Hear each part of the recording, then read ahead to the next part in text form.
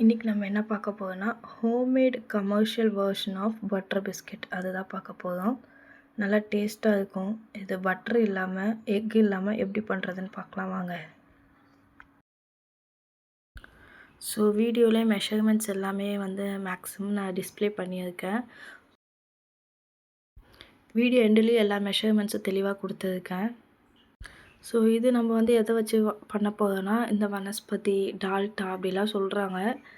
Okay, இது one of the Dalda தான். இது பேக்கரி ஷார்ட்னிங்னு சொல்லுவாங்க. அதை வச்சு தான் இன்றைக்கி நம்ம பண்ண போகிறோம். இது தயவு செஞ்சு ஹோம் பேக்கர்ஸ் யாருமே ட்ரை பண்ணாதீங்க ப்ளீஸ். இது ஹெல்த்தி வேர்ஷனே கிடையாது. ஃபர்ஸ்ட் ஆஃப் ஆல் ஒரு கமர்ஷியல் பர்பஸ்க்காக நான் இதை போடுறேன். ரொம்ப பல்க் ஆர்டர்ஸ் வருது பண்ணணும் அப்படின்றது, ரொம்ப அவங்க மினிமல் ரேட் கேட்குறாங்க அப்படின்றவங்க இந்த ரெசிபீஸ்லாம் ட்ரை பண்ணுங்கள். இதுவே நீங்கள் ட்ரை பண்ணி பார்க்க ரொம்ப மினிமல் குவான்டிட்டியில் தான் நான் கொடுத்துருக்கேன். ஓகேங்களா? ஸோ 75 கிராம்ஸ் ஆஃப் பேக்கரி ஷார்ட்னிங்னு சொல்லுவாங்க. இதை ஃபேட்டுன்னு சொல்லலாம். ஓகேங்களா? ஸோ 75 கிராம்ஸ் ஆஃப் ஃபேட் எடுத்துக்கங்க. ஃபஸ்ட்டு ஸ்டெப் ஃபேட்டை நல்லா க்ரீமி டெக்ஸ்சருக்கு பீட் பண்ணிக்கணும். ஓகேங்களா?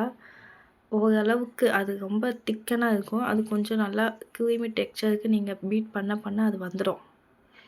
பண்ணிவிட்டு நெக்ஸ்ட்டு பவுடர் சுகர் ஆட் பண்ணி அதையும் நல்லா பீட் பண்ணணும். அதோட மெஷர்மெண்ட் எண்ட் ஆஃப் த வீடியோவில் கிளியராக கொடுத்துருக்கேன், செக் பண்ணி பாருங்கள். அதுவுமே நல்லா பீட் பண்ணிகிட்டே இருந்திங்கன்னா ஒரு க்ரீமி கன்சிஸ்டன்சிக்கு வந்துடும். சைட்ஸ்லாம் எல்லாமே நல்லா எடுத்து விட்டு பீட் பண்ணுங்கள், இல்லைனா அப்படியே நின்றுடும் சைட்ஸ்லலாம். ஸோ கண்டிப்பாக எல்லாத்தையுமே நல்லா எடுத்து விட்டு பீட் பண்ணுங்கள், இல்லைனா பிஸ்கெட்டில் கட்டி கட்டியாக தெரியும் உங்களுக்கு. அதனால் வீடியோ லென்த்தாக போகும். நான் வீடியோ கொஞ்சம் ஃபாஸ்ட் பண்ணியிருக்கேன். நீங்கள் ஸ்பீட் நம்பர் 1ல் வச்சே நீங்கள் பண்ணுங்கள். அதுவே உங்களுக்கு கரெக்டாக தான் இருக்கும். இல்லைனா பிஸ்கெட் ரொம்ப ஹார்ட் ஆகிடும். மாவை நல்லா ஒட்டுக்க போட்டு எல்லாத்தையுமே நல்லா அந்த கஸ்டர்ட் பவுட்ரு, பேக்கிங் பவுட்ரு, வெண்ணிலா பவுட்ரு எல்லாமே நல்லா ஒன்றுக்கு ஒன்று நல்லா மிக்ஸ் ஆகணும். ஸோ தட் நீங்கள் ஃபஸ்ட்டு எடுக்கிற பவுல்லே நல்லா மிக்ஸ் பண்ணிவிடுங்க. அதுக்கப்புறமா நீங்கள் சலிச்சு நீங்கள் இதில் ஃபேட்டில் ஆட் பண்ணுறப்போ உங்களுக்கு கரெக்டாக எல்லாமே அந்த டெக்ஸ்சர் பக்காவாக கிடைக்கும். அதனால தான் இதை இப்போ நல்லா சலிச்சு நம்ம அதில் ஆட் பண்ணிடலாம். நெக்ஸ்ட்டு முக்கியமான ஸ்டெப்பு பார்த்திங்கன்னா, பீட்டரை நான் ஆன் பண்ணவே இல்லை. சும்மா அதை கையில் பிடிச்சிக்கிட்டு அப்படியே ஒரு மிக்ஸ் தான் கொடுக்குறேன். மாவு எல்லாமே அந்த இதோட ஒன்றுக்கு ஒன்று நல்லா மிக்ஸ் ஆகட்டும்னு சொல்லிவிட்டு மிக்ஸ் தான் பண்ணி விட்றேன் நான். இது எல்லாம் நல்லா கொஞ்சம் மிக்ஸ் ஆனதுக்கு அடுத்து நீங்கள் ஸ்பீட் நம்பர் 1ல் வச்சு பீட் பண்ணி எடுத்துக்கோங்க. அதுவுமே சும்மா ஒரு 4-5 சுற்று விட்டால் மட்டும் போதும். ஜஸ்ட் அப்படியே ஃபுல் பவுல்லையும் ரொட்டேட் பண்ணி ஒரு மிக்ஸ் கொடுத்துட்டு ஆஃப் பண்ணி பீட்ரு எடுத்து வச்சுடுங்க. நெக்ஸ்ட் நம்ம கையில் தான் பண்ணணும். மாவோட ஃப்ளோ எப்படி இருக்குதுன்னு பார்த்துக்கோங்க. நல்லா இந்த மாதிரி புட்டு மாவு மாதிரி இருக்கணும். ஓகேங்களா? இப்போ முக்கியமான டிப்ஸ் என்னென்னு பார்த்தீங்கன்னா, உங்கள் உள்ளங்கை மாவில் படவே கூடாது. மேலே இருக்க அந்த ஃபிங்கர்ஸ் மட்டும்தான் நீங்கள் மாவை மிக்ஸ் பண்ணி கொடுக்கணும். உள்ளங்கை வச்சு மாவை ப்ரெஸ் பண்ணுறது அந்த மாதிரிலாம் பண்ணவே கூடாது. கண்டிப்பாக பிஸ்கெட் அப்படியே ஹார்டாக ஆகிடும் உங்களுக்கு. இப்போ இது கூட ஹனி, தண்ணி ரெண்டுத்தில் எதுனாலும் ஆட் பண்ணலாம். நான் வீட்டிலேயே காய்ச்சி வச்ச வெள்ளை பாகு ஆட் பண்ணுறேன். இது நாங்கள் தான் சாப்பிடுவோம், அதனால் ஸ்வீட் எக்ஸ்ட்ரா ஆட் பண்ணுறேன். நீங்கள் தண்ணியே ஆட் பண்ணிக்கோங்க. அதில் எல்லோயிஷாக இருக்கிறது பட்ரு தான். இப்போது ஒரு ஆர்டருக்கு எடுத்தேன், மற்றபடி வேறு எதுவும் இல்லை. ஸோ நம்மளுக்கு எவ்வளோ தேவையோ அதை நான் ஆட் பண்ணிக்கிறேன். இதை நல்லா விஸ்க் வச்சு மிக்ஸ் பண்ணி கொடுத்துட்டு மேக்ஸிமம் இதில் இருக்க அந்த மேக்ஸிமம் இந்த வாட்டர் கண்டென்ட்டே போதும். வேணும்னா லைட்டாக தண்ணி தெளிச்சிக்கலாம். நெக்ஸ்ட்டு கையை வச்சு நம்ம பண்ணிக்கலாம்.